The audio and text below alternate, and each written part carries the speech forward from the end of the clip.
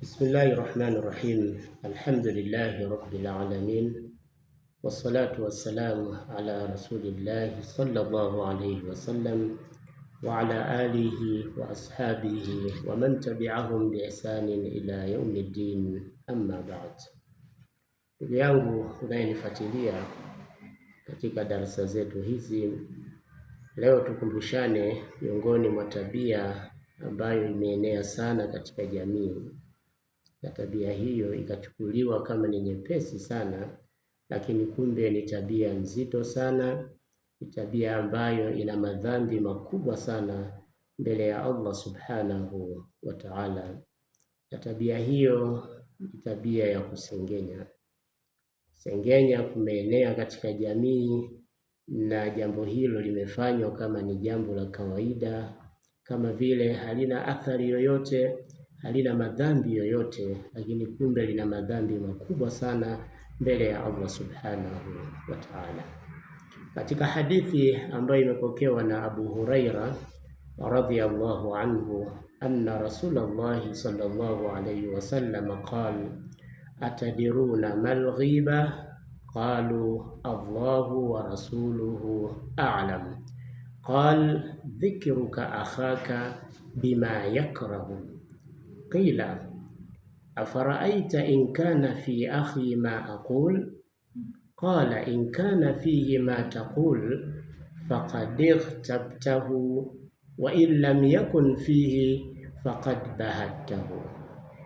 Anasimulia Abu Huraira, anasema Mtume sallallahu alaihi wasallam siku moja akiwa amekaa na maswahaba wake akawauliza swali, lakini kwa lengo la kuwafundisha. Akawaambia, atadiruna mal ghiba, hivi mnajua kusengenya ni nini? Maswahaba wakasema, Allahu wa rasuluhu a'lam, Mwenyezi Mungu na mtume wake ndiye wanaijua zaidi maana ya kusengenya. Qal, akasema Mtume sallallahu alaihi wasallam, kusengenya dhikruka akhaka, ni kumtaja ndugu yako, kumzungumzia ndugu yako, bima yakrahu, kwa yale ambayo anayoyachukia. Qila, pakaulizwa pakasemwa, afaraaita in kana fi akhi ma aqul, hivi unaonaje ewe Mtume sallallahu alaihi wasallam, ikiwa yale ninayoyasema anayo ndugu yangu? Qal, akasema Mtume sallallahu alaihi wasallam, in kana fihi ma taqul faqad ightabtahu, ikiwa kama anayo hayo unayoyasema ndugu yako, ina maana utakuwa umemsengenya. Wa illam yakun fihi, na akiwa hana, faqad bahattahu, utakuwa umemsingizia. Kwa hiyo ndugu yangu, kusengenya kwa mujibu wa mafundisho ya Mtume sallallahu alaihi wasallam, kusengenya ni kumzungumzia ndugu yako, kumzungumzia kwa yale ambayo, kwa sifa ambazo, kwa mambo ambayo anayo, na wakati huo huo akiyasikia atachukia. Hapendi kutajwa katika mambo hayo, hapendi kuzungumziwa katika mambo hayo.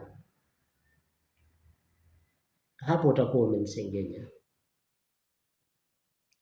Masahaba wa Mtume sallallahu alaihi wasallam wameuliza haya kwa Mtume sallallahu alaihi wasallam ili wapate kuelewa. Mtume akawaambia, ikiwa hayo ambayo unayoyazungumza juu ya ndugu yako anayo, lakini ukazungumza hali ya kuwa yeye hayupo, basi umemsengenya. Na kama ikiwa hayo unayozungumza juu ya ndugu yako hana sifa hiyo, hapo utakuwa umemsingizia. Kwa hiyo tabia hii ya kusengenya ni tabia ambayo imeenea sana katika jamii, kwamba watu wanaweza wakakaa wawili, watatu, kikundi, watu hawa wakawa wanamjadili mtu, wanamzungumzia kwa sifa alizonazo, kwa mambo aliyoyafanya, na hali ya kuwa mtu huyo hayupo. na kama akiwepo hawawezi kuzungumza, kwa sababu wanajua wakizungumza atakasirika. Hiyo inakuwa ni katika tabia ya kusengenya, na kusengenya ni tabia mbaya kabisa ambayo Mwenyezi Mungu Subhanahu wa Ta'ala ameikemea. Mwenyezi Mungu anasema, wala yaghtab ba'dukum ba'dha ayuhibbu ahadukum an ya'kula lahma akhihi maita fakarihtumuh wala yaghtab ba'dukum ba'dha, wala baadhi yenu wasiwasengenye wengine. Isitokee mtu anamsengenya mwingine. Mwenyezi Mungu akasema, hivi anapenda mmoja wenu kula nyama ya ndugu yake aliyekufa? Kwamba ndugu yake amekufa, alafu akawa anakata kipande kimoja kimoja anatafuna. Kuna mtu analipenda hili? Kuna mtu anafurahia hili? Hakuna anayependa. Fakarihtumuhu, ikiwa kama hampendi kufanya hivyo, basi chukieni pia hiyo tabia ya kusengenya, kwa sababu kusengenya ni kama vile unakula nyama ya huyo ndugu yako ambaye unayemsengenya hali ya kuwa amekufa. Sasa hilo ni jambo ambalo linachukiza, hakuna nafsi inayofurahia hivyo.